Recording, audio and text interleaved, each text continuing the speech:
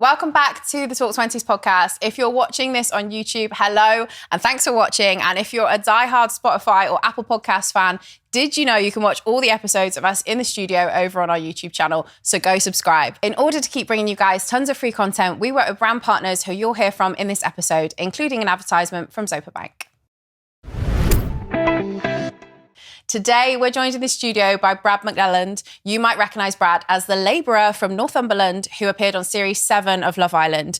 You guys have been asking for more honest conversations around love and dating in your 20s on the podcast, and it's safe to say that Love Island has had a huge cultural impact on how we see and experience dating in the present day. So who better to discuss this than someone who's been through the experience himself?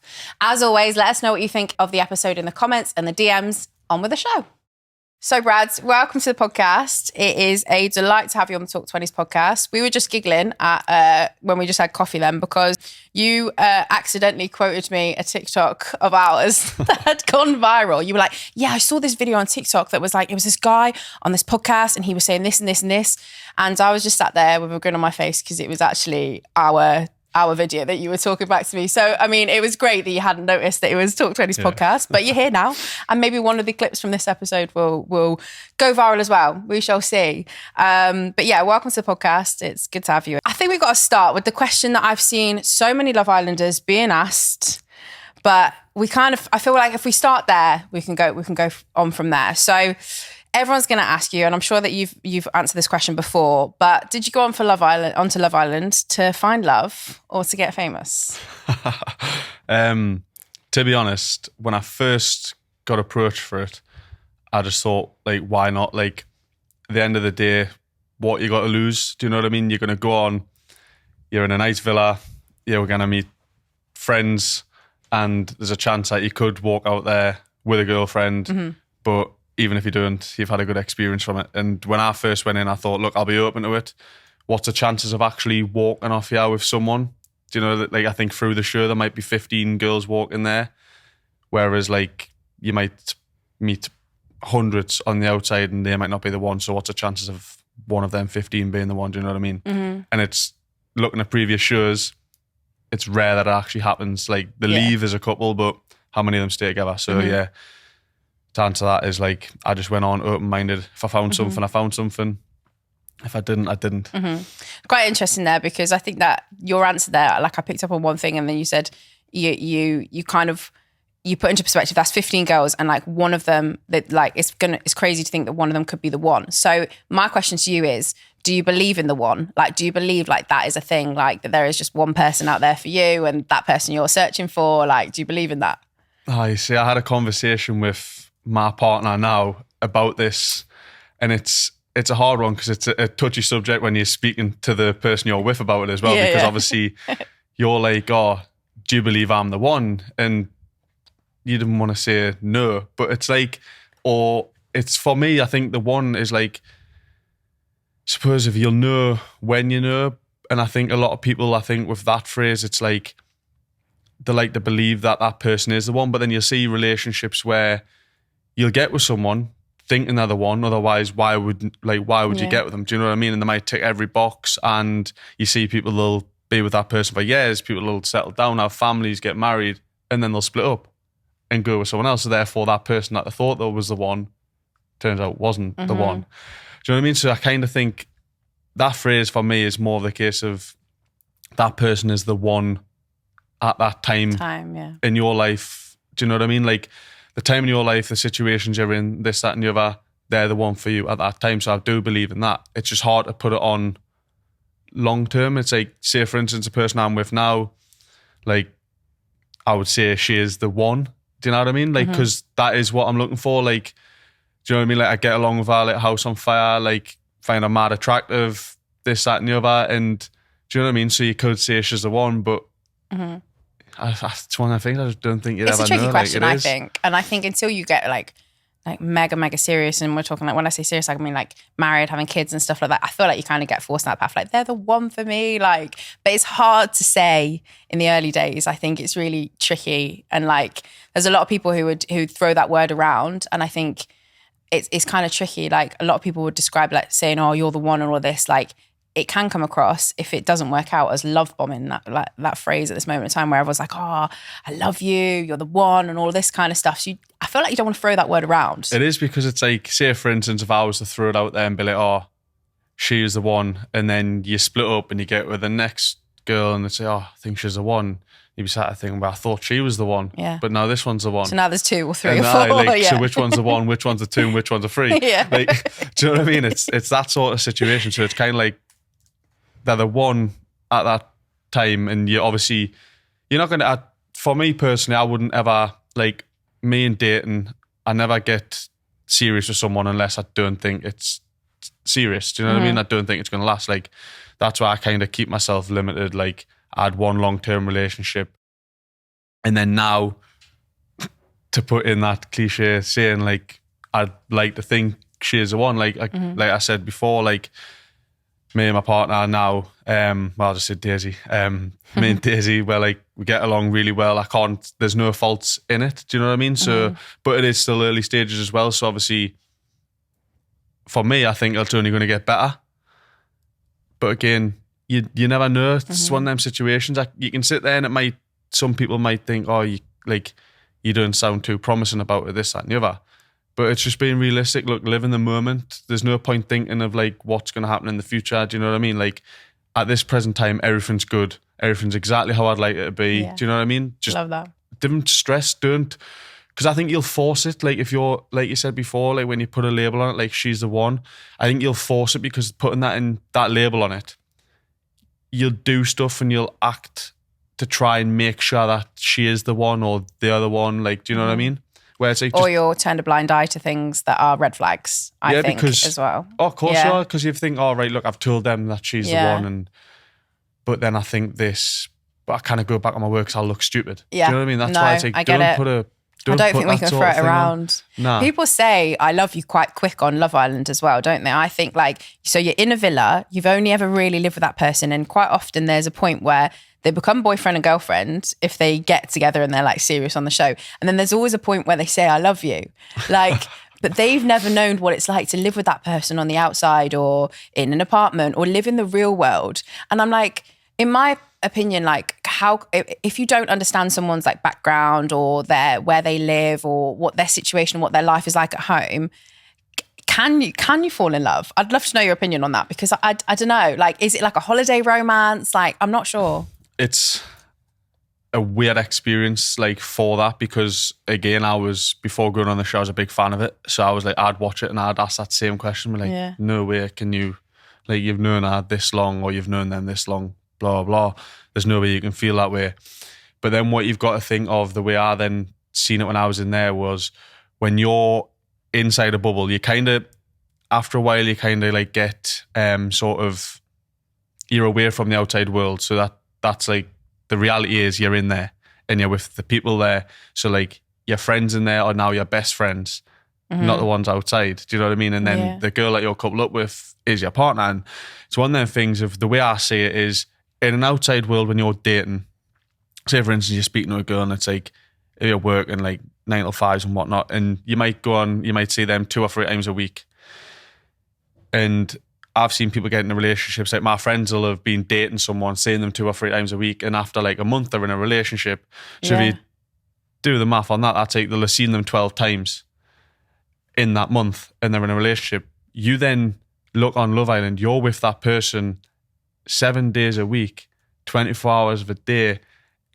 It's like emphasized, it happens quick, like you're sharing a bed with them instantly. They've just literally walked through that door, and especially considering when people normally come in, bombshells, and that sometimes it's at night time.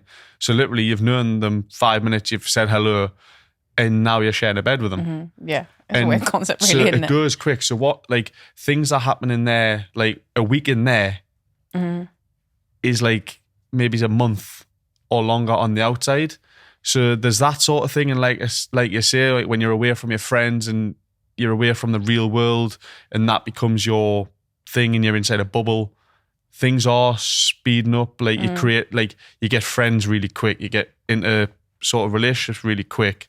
And because there's no sort of real reality of it, your mindset changes, and then you do become attached quicker. And like I said, for me, before going on, I was like, nah, that can never happen. But when you go on, you do start getting attached to people. And then it's not until you're out, you're kind of like, hang on, that's not me. They don't fit in with how I live my life on the outside. They suit perfectly in there because you're chilling by a pool, you're doing daft challenges, you're having pillow talk and this, that and the other. And it's all sweet, but then they're not on the outside. They haven't met your friends. They haven't you're not living with the daily dramas of your normal life and stuff like that. So I think that's why on that show, hats off to the ones that do stay together. Like you look at Tommy and Molly, Alex and Olivia. Like there is a fair few of them that have stayed together. They've got kids, they've been married, that sort of stuff. But the majority of it, they'll come out. Like a lot of my season, there was a few people came out in couples, and a lot of them aren't together. And the reason for that is because their lives on the outside just don't suit. So that is the common theme for why people end up breaking up out of the show. It's just like, oh, our lives didn't really fit, which is understandable. For you then, post Love Island, what's your career looking like nowadays? Like, what are you up to? Like, what's life been like? It's a mix really. And I think this is where this is where the hard thing sort of comes in, because I think when you go on a show like that, I was sort of, when I first went on, like I was just a building site labourer before I went on. I was content. I had a good group of friends, good family, made money, got by, done my thing. So when I went on, I was like, my mindset was, look, I'm going to go on there, whatever opportunities I get, I'm just going to kind of milk it and then kind of go with whatever. I never really thought I'm going to go on there, I'm going to then as soon as I come out, I'm going to start my own business, this, that and the other. I never thought that. I just thought, do you think some people do think that? I think a lot of people do it. And I think a lot of people are clever, and I in a way, maybe I should have been more clever. Like a lot of people they'll have done a bit more research on what it is I do, and kind of like, say for instance, I know people are making a lot of money off TikTok now. I didn't have a TikTok account before I went in. A lot of people made it knowing that not only is their Instagram going to blow up, but their TikTok will blow up. Therefore, that's two social media platforms where they can then use that to make money, get a career from it, this, that and the other. I didn't do that. Again, would have been something that I would do if I went back. Maybes, but I don't know. So I was kind of like, look, I'll just see where it takes us, and I'll do what I can for as long as I can. Like, look, I've been to some great places, went to some amazing events, met people that I would never have met before. And I'm still kind of doing that now. Like, I'm sat here, wouldn't have had an opportunity like this to come and chat to yourself if it wasn't for that. So for the show, off that aspect, you get a lot. But I think the downside of the show is the fact that the general public, I think, because of, I don't know if this was deals from older shows and stuff, when people got out and the social media wasn't as saturated and stuff like everyone now, like we were having a conversation before, you could put one video on TikTok and all of a sudden you blow up and you're kind of social media famous, and brands will want to work with you and stuff like that. Whereas years ago, that might not, TikTok wasn't a thing. A lot of people that come off Love Island, everyone would just wanted to work with them. Do you know what I mean? All the clothing brands, all you'd have your healthcare stuff and things like that. They wanted the people off Love Island. Whereas now you're getting people off Love Island, you're getting people off Too Hot to Handle, you're getting people that are just doing TikTok trends, and the workload's shared about. So now the money that you make, some people will make money off it, and I know they have, but a lot of people haven't. And I think a lot of people that I spoke to off my show were kind of worried about going back to normal work because they're worried about what people would think about it. Being say for instance, in my case, imagine, that's that lad off Love Island and now he's working back on a building site, he's failed. Do you know what I mean? Whereas it's not really the case. And it's I know some people did worry a lot about that. Basically, I don't want to go back to my normal job because then I've went on Love Island, now I've just gone back to normal work. What am I getting out of it? Because I think people think, you're going to go on there, you're going to make a load of money, you're going to have all these opportunities, this, that and the other. Some people do, yes, but a lot of people don't. And it's that transition's quite hard to know what to do once coming off the show. But so what's your reality right now then? Because you said obviously that wasn't the route that you went down then. So what do you feel your time with now? What does that look like for you? So at the minute, I'm kind of in the middle bit. So I can still got a few things on socials, and And then I've never been someone that's like knowing 100% what it is I want to do. And if I'm honest, I still don't. Yeah. Like, where are you storing your savings right now? Just a quick one from our sponsor, Zopa Bank, home of the Smart Saver account. Zopa Smart Saver lets you save in different pots at different interest rates, depending on the notice period you choose to access your savings. The bigger the notice period on your pots, the bigger the interest rate. To find out more about the Zopa Smart Saver, download the Zopa app.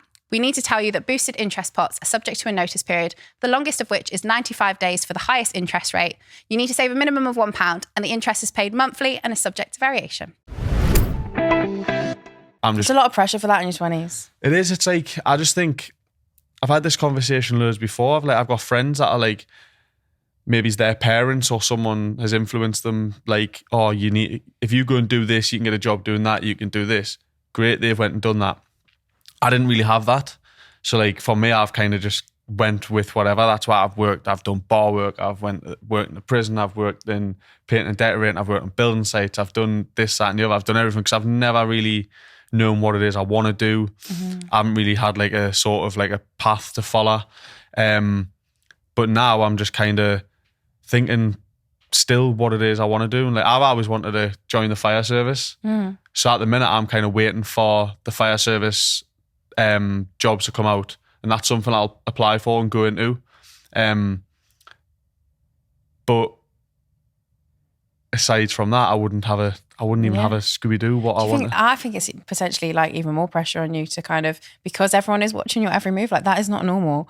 Like for you to choose your career, yeah, but also you've got a bunch of people on social media who will probably have, thoughts on that and will and openly share them in comments because people are lovely like that. I think like it's quite a lot of pressure, and I think it's really interesting to hear your story and you to be so honest and open about it, which I really appreciate, because I think a lot of people, like you say, think Love Island, you go on there, you become famous, you earn a lot of money, easy, your life's easy. And I don't think it is that way. Nah, it's a lot harder afterwards. Like before, people don't know you. You go and you do your 9 to 5 job or whatever sort of job you've got. You do that. No one looks at you. No one judges expectation. You. Exactly. Whereas you go on that show, and I think the main panic is a lot of people are like, I've went on that show, and everyone that goes on that show will have something, like whether it's like you're doing stuff with Boohoo Man or just, do you know what I mean? You'll do club appearances and stuff like that, you'll make money off it. And I think everyone at that point when it starts drying up will panic and be, I need to keep doing this because if not, people will see that I've went back to normal work and I'll get stick for it. Like I can't remember there was an article I seen, and it was one of the people off the early days Love Island, I've had the 1, 2 or 3 season, and great season. Oh, the best. Yeah. They're the best. But it was one of them off there had obviously went into the influencing side of thing. Yeah. And then now that sort of dried up, they went and are working. I'm sure they were just doing normal work in a gym. And the amount of comments in it, basically people trolling, basically saying, he's went on there thinking that they're going to like go off and be a millionaire, blah, blah, this, that and the other. And now he's just working at a normal gym. Ha ha. Like mocking it. And it's like, yeah. And what? Yeah. Like, and what? The thing I think is like, yes, he's working at a gym. Before he went on the show, he might have been working at the gym. But the experience he's had between working in them is an experience that these trolls that are posting would never have had. Therefore, who's laughing? Do you know what I mean? They've had an experience you're never going to get. That troll's probably working a job, or maybe they haven't got a job. That's why they've got that much time to do that sort of thing on social media. But it's like, they've had that experience, and look, whatever you think they should be doing, that's your opinion. Some people, like I says, I've always wanted to be in the fire service. So like, regardless if I was making a shitload of money off it, which I'm not, but if I was, in the back of my head, I've still wanted to do that. That's something I've wanted to do. Therefore, if I get that job, I'm not bothered what people think about it. Do you know what I mean? I don't really care because it's what I want to do. Some people will twist, and some people will be like, he went on Love Island, he failed on Love Island, this, that and the other. He's had to go back to a normal job. And what? Like, you're probably working a normal job, but you didn't get an experience. Yeah, it's a good way of looking at it, definitely, for sure. You mentioned earlier the lovely Daisy that you are now dating, and we can't brush over that topic. So I'd love to know how you guys met. And obviously this episode is talking a little bit more about dating in the modern world. So what was it like? So I must say, like, I met Daisy technically through the show. Well, not through the show, but it was because obviously opportunities from the show. Yeah. I was invited to an event, went to the event, and Daisy was also there. Seen her briefly, and then followed her on social media, and then messaged through there. Then kept in touch with her for like, I think it was about a year and a bit.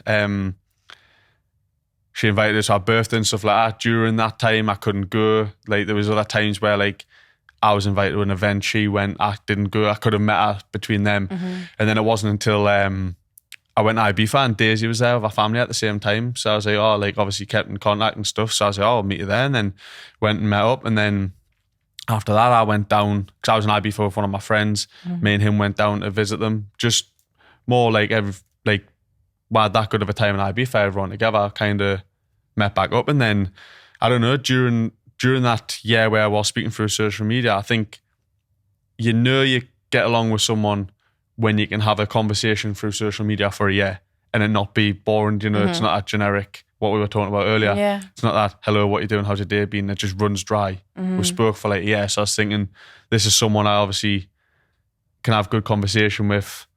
And then, just kind of went down, seen her, and then wanted to see her again. So then met again. And then now I'm... Do you think that the fact that you guys met in person initially is the reason that you guys got so close? Because we chatted earlier a little bit when we were grabbing a coffee, and it was that we were saying how hard it is to actually get to know someone from like just chatting on the apps. Like the conversation is like dry because you've got not really tons to speak about. What's your thoughts on that? So I do agree with the whole thing of like meeting someone in person. You have to, even if you meet them in person first and then speak through socials like I did, mm-hmm. or if you spoke through socials, I'd advise meet them as soon as, because you're a big advocate of that. Like meet really quick, like no long chats. Like I don't look.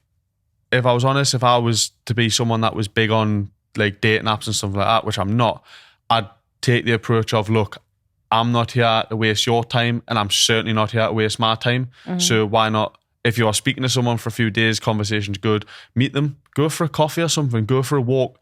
Don't go all out and like plan on taking them on like a full meal and going out on night out, because if it's not really if you aren't really hitting it off, it's going to be pretty awkward. Yeah. Keep it short, keep it sweet. Yeah. You need that common ground where you can talk about something extra. So like when me and Daisy first met, it was literally I was introduced to her and I'd been to a party, so I had quite a bit of alcohol. Worse for wear. So it was a quick hello, and then I was like, look, when I remember the next day, I was like, I'm going to follow on Instagram, and then we messaged, spoke a bit. But yeah, it was more of a case of we'd spoke on socials, and then we met, had that sort of common ground again, mm-hmm. kept the conversation going, met again, then it went from there. But it is one of them things I do believe in. You need to, whichever order it is, if you meet through socials first or person first, you need that face-to-face to make, to even, like there's a lot of people, I think it's sad where a lot of people will speak through socials and at first it's really good. Conversation will die out and you've never actually met to see what it would have been. Just meet like... Do you think it's easier then or harder to date nowadays with all like everything that's going on with social media, with dating apps and everything? Because like... it's obviously easier to be like technically matched with someone or to know if someone likes you like digitally because they've liked your photos or whatever. But then it's probably harder, I think, to approach people in person. Like unless you're literally going to a party and you're introduced, like you and Daisy were like, hello, like Brad meet Daisy and stuff like that. Like I think it's really hard because there's also, I know a lot of my friends who would say that they think that a guy approaching them like can sometimes come across like creepy, especially if they're like really like not into that person. Like they don't actually like being approached or they just want to be out with their friends and stuff like that. So I actually think it's so hard to date right now. And that's what a lot of my friends tell me.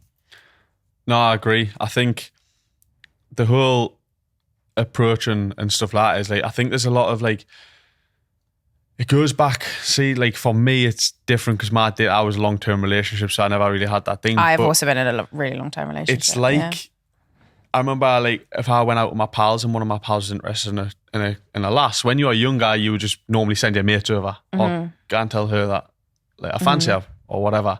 And it's easier that sort of way. But when you get older, it's obviously that's more childish. You need to go and do it yourself. And it's one of them things of like, I think the good and bad thing is if you meet them in person and you've obviously had the courage to go up and speak to them, you go up, you speak to them, it's natural. You're not hiding behind anything. So like if you're a confident person, they're going to see confidence. If you're shy, they're going to see shy. You can't hide behind filters or anything like that on social media. And true. I think on social media, I think a lot of the time is who you are on social media is who you want to be. Do you know what I mean? You could literally be one person on social media and a completely different person. Like you get a chance to kind of like be the character you might not be in person on socials. So therefore meeting in person, you get a real feel for each other, see if you're going to get along. And then I think meeting in person that way, next time you see each other is always easier because you've already met, you've already broke the ice, you've already done that sort of thing. However, the social side of it is because you can access so many different people through the power of your phone, you're going to see people that you're not just going to randomly bump into. Do you know what I mean? You've then, say for instance, where I live it's miles away and I would only ever bump into people from around that area. I would never see anyone from like London or further afield or even like Sheffield, like where Daisy's from.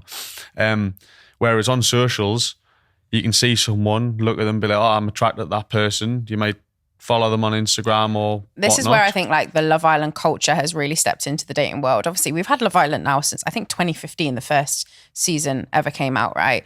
But like it kind of, because it got so big, I think it really has pushed the narrative that like, oh, the grass might be greener and I don't want to put all my eggs in one basket. And I think that has kind of fed out into like dating in general, whether you're on the show or off the show. Like a lot of people are really scared to commit because they're like, oh, I'm not sure. There's this I don't like about them and I'm not sure if they're the one and all that kind of stuff. Like I'm seeing it with all my friends. Like, are you seeing that with your friends too?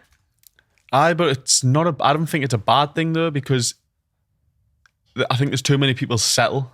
And I think what you've just said there, although it's bad because sometimes you might get a bad name for yourself because you might be playing more than one person off.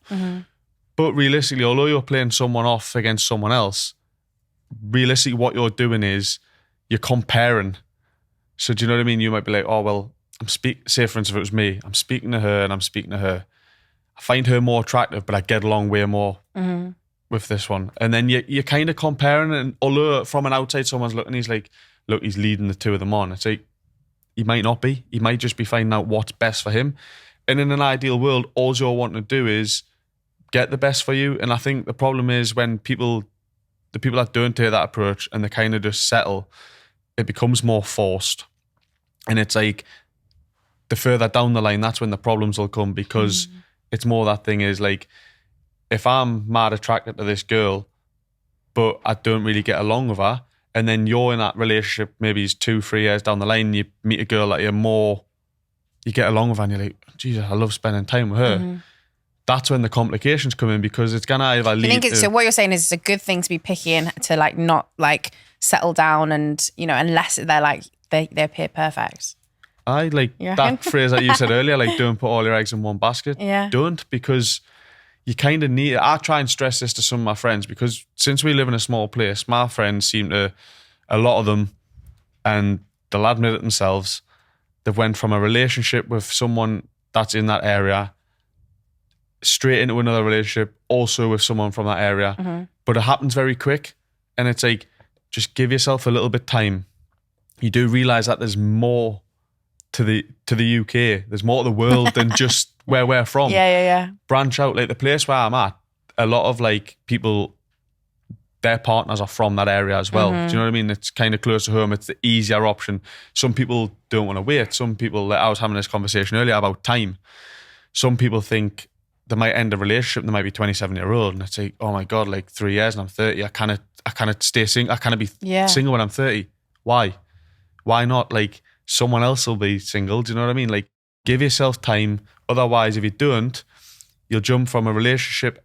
You'll go from a ending relationship when you're 27, getting in another one when you're 27, ending it when you're 30, getting in another one when you're 30, and then by that time you look back and think, Jesus, you know what? If I'd have just given myself 6 months to a year when I was 27, found that person that was more me, I'd have been 28, and then I'd have went on. Do you get what I'm saying? It's a good way of looking at it. It is a good way of looking at it. So be picky, people. That's what Brad's advice is. One of the other things I really wanted to chat to you about actually is like the traditional kind of view of how we think men should be in relationships, and then like what's actually realistic of like modern lads in their 20s that are in relationships right now. Because I think in the past, it's always like, oh, a guy's got to remain really strong. He's got to be the breadwinner, the provider. He's got to be the one that makes moves. And I think all of that is being broken down. And I'm seeing definitely like more young men being more emotional, more sensitive, more romantic in relationships.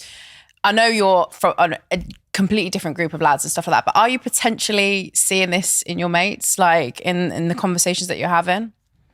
Nah, like I think me and my pals are more just the modern side. And I think a lot of it, I think it depends what you've been kind of brought up around. So it's like, I can imagine if my pals' parents were more the traditional way where it's like, you know, like, it's going to sound really bad, but we're launching 20s Fest, an immersive event that will help you take your next step in your 20s. Whether that's progressing your career, starting a business, getting your money stitch sorted, buying a house, prioritizing your well-being, or making new friends, this is the event to be at. Help us shape the event by pre-registering your details via the link below. It's this sort of thing where men are like, oh, women stay at home, they do the cooking, they do the cleaning. Do you know what I mean? Like, women should be in the kitchen while we're out doing this. Like, nah, like, but there is still people that, because they've seen that's how their dad has went on, they think it's right. So it's not exactly their fault. It's just what they know. Do you know what I mean? So true. Whereas me and my pals, we're kind of just I mean, I think everything's moving. Like, things are moving on just naturally rather than forcefully. It's like, do you know what I mean? Like, say, like, I know there's a big thing around like girls going to the gym. That back in the day might not have been a thing. It's more of like, oh, the gym, lifting weights, that's a man sort of thing to do. Why? Yeah. Like, no, roles are definitely reversing, and I think, or just more blending into one another. And I think I am actually loving the fact that more people are more emotional and stuff, because I think it's a good thing to talk about your emotions and to kind of, you know, I hate to think that people are like bottling it up, because I know the value in kind of being more open in terms of those kind of things. And I think it's better. Oh, it's way better. I do think that does stem from that whole traditional way, because of the men meant to be the providers, the one that's meant to be the stronger of the two, this, that and the other, then they can't show a weakness, because if they show a weakness, then who's going to be the one that hold? Say, for instance, if you're a family man and you've got a wife and a kid, and back in the day, I think if you were emotionally not stable and stuff like that, then you'd be thinking, oh, well, if I'm not stable, like, I can't rely on my wife to be able to fend for the family. It's like, why though? Like, but then I think now, because people and men aren't, like, if they're not stable in the shirt, instead of hiding it, struggling for longer, shirt, overcome it, and then get back to where you're at. You know what I mean? Like, it's balanced. Like, be equal. It's a lot easier. Do you know what I mean? Even the things like going out for a meal with your partner.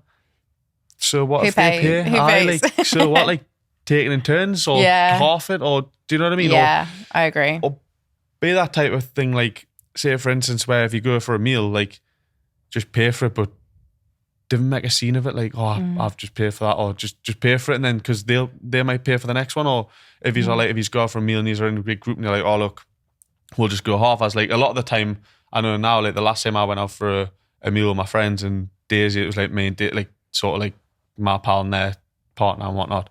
It was more of a case of, look, whatever the bill is, we'll just split it into couples. Yeah. Do you know what I mean? So like, me and Daisy were like, the 6 years like split between 6, and then me and Daisy just pay half, and then do you know what I mean? That, and it's just the easier thing that saves arguments. There's no like who's higher on this side and who's lower. Like, yeah. The world is changing in the dating world, absolutely, for sure. But we spoke a little bit then about being a little bit like more emotional, and I know you've been through some like tough times recently because you recently lost someone like very important to your life, and we'll have seen it because you spoke about her a lot on Love Island, to be honest. But you recently lost your nana, which is so sad, and obviously she was a huge parental figure kind of in your life because you used to live with her and everything. Can you share a little bit more about your nana and the influence she had on you growing up? So my nana was massive for me because I've lived with my nana since I was like 3-year-old. So it's kind of like, and it was just me and my nana. So my nana took us in when I was 3. And at the time, my nana had a partner and he died when I was 5. And then since then, it's just been me and my nana. So it was like for the last like 23 years, it's been just me and my nana. She never dated again or anything like that, which at the time I thought, when I was a kid, I remember no matter what age you are, they're your nana, they're automatically old because they've got that branded nana. Yeah. At the time, I didn't think anything of it. Now, she was only 55 when my granddad passed away. So I'm like, 55 isn't old to me in that way. It's old, but it's not too old. You know what I mean? It's not old enough where you can't date again. But my nana took it upon herself. I believe, like, look, I was on now responsibility. Like, so she took it upon herself to look after me. She didn't have time for men or anything like that because I was there. So yeah, my nana looked after us from the age of 3 all the way up, and she kind of stood in as, she wasn't just my nana, she was my mum, my dad, my best friend, like everything in between. Like, you know, she was the one that would teach us right from wrong and stuff like that. And it was hard, and it was one of them situations where it was a hard one because because I lived with my nana, I knew that naturally I would have to deal with this a lot sooner than what my friends would. Because if people died natural causes, you've obviously there with their parents who are obviously younger. So I'd always kind of mentally prepared myself, basically like, this day I'm going to have to deal with things at a younger age than what my friends will. And obviously at some point everyone's going to deal with it because it happens. You can't prevent it. And it's like, the hard thing for me was, although you know it's going to happen, you never really think it's going to happen. So it's like, my hardest thing now is I'm at a stage where it's like I'm not settled. Whereas, say, for instance, when a person's parent normally dies, they might be well on, they might have like a family, they might be living in their own house, they'll have like full-time work and stuff like that. Whereas the time when it's happened for me, it's just me and my nana. I'm in this sort of thing with work. You're still figuring it out, basically. I was living, there was me and I was like kind of living there.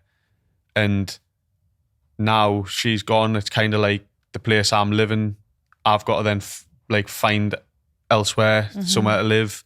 Everything's kind of just, that one thing being my nana was kind of everything that held my life together without us knowing, and kind of like knowing now, I'd kind of would have put things into place for when this happened. It's just one of them things, if you never really think about someone dying, do you know what I mean? It's not something that was like, my nana might die, I just kind of lived my life. And then now it's like, oh.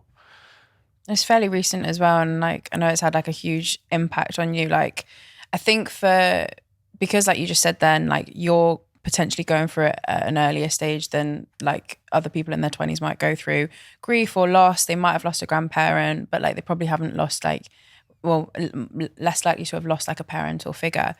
What would you want to say to someone who's going through like pain like this right now, like from what you're experiencing or have experienced lately? So what I would say is just, it's a hard one because it depends what sort of circumstances you're in. So like for me, I've relied heavy on friends, and like, fortunately for me, I've had Daisy there and Daisy's family, and they've been unreal. Like, and I'm grateful that I was in that position because I wouldn't have known what I'd have done if it wasn't. And then my friends I'm in. So it's like, because I've got family and I'm like close to a few of them, but like say like my brothers and that I'm really close to, but I'm the oldest. So it's kind of like... So you kind of feel like you have to hold it together. They still look at me for their support. So then, although I look at them for their support, it's more of a case of I take on that role of like, look, like going off age and stuff like that. Like I'm up here and I'll look out for yous. So then, like I say, I'm fortunate that I've had like a solid group of mates, and like I say, I've got Daisy and Daisy's family who have been there for me, because obviously if it wasn't for that, I'd have probably been in a situation where I'd be there to offer support, but then I would have had no support because my nana was that support. So fortunately for me, it's kind of, although it's a weird one to say, it hasn't, like nothing comes at a good time, but I'm at that time where I've had that. I'm fortunate I've had that support around us, because if not, then I don't know I don't know really how I would have dealt with it. Like it's a hard one. I'm kind of grateful that I'm in that position. But I suppose if it does happen to you, and you've just got to kind of look at what you've lost, look what you've still got. Like, do you know what I mean? Like there's people, although you, like say for instance for me, I've relied heavy on my nana, but I also look back at who relies heavy on me. And therefore I've still got to be there and be strong for the people that rely on me, because if I just let something like that get me down, when they then look for me to support them, and if I'm not there for them, who have they got to look at? Do you know what I mean? Then whoever's, say for instance, it'll have that knock-on effect. Like my nana was there for me, she's no longer. Then my brother would look at me for support, and if I'm not there for him, then that affects him and his kid. His kid will look for them for support, and it knocks on. It's like, do you know what I mean? Do you know what I mean? So it's like, for me, I would just say for people that are in their 20s, or to be fair, it doesn't matter what age you are, whether you're in your 20s, 30s, 40s, 50s, just know that yourself, that just because you've lost someone that was there for you, don't go hiding because you're still there for someone else. Do you know what I mean? Yeah. Sounds like your brothers are really lucky to have you. I think so. Well, Brad, it has been amazing to chat to you on the podcast. We have chatted everything from dating through to loss and grief, and a little bit of Love Island in there as well. So it's been amazing to chat to you. But we always end the podcast with the same question that we ask every single one of our guests. I hope you prep for this, because I know Daisy's been asking you the questions, hasn't she? So if you could look back at your 20-year-old self and give them just one piece of advice, what would you say to 20-year-old Brad? So the one thing I would probably say is, don't think too hard about the future. And to be fair, actually, this was the approach I had when I was 20. It was kind of like, a lot of people, I think, worry too much about where they need to be or where they should be at a certain time. Don't, because then you're going to just let everything go past to that point. You know what I mean? Like when you're 20, don't worry about where your life's going to be when you're 21, because you'll let that year go. Just live in the moment. Do what makes you happy. Do you. Don't worry too much. Things will work out. Things will pan out the way they should be. Do you know what I mean? And you've got a lot of time to, like I say, I'm 27 now, and I still don't know what I want to do. I didn't know what I wanted to do when I was 20. Still don't know what I want to do now. So just, I think a lot of people can relate to that. Just don't put stress on it. Just because your friend might be doing this way and your other friend might be going that way, doesn't mean that you've got to follow one of them because they're doing what they love. Doesn't mean you're going to love it. So just do what you love doing and let it work itself out. Like, wise words. It's been lovely to chat to you. Thanks for coming on the podcast.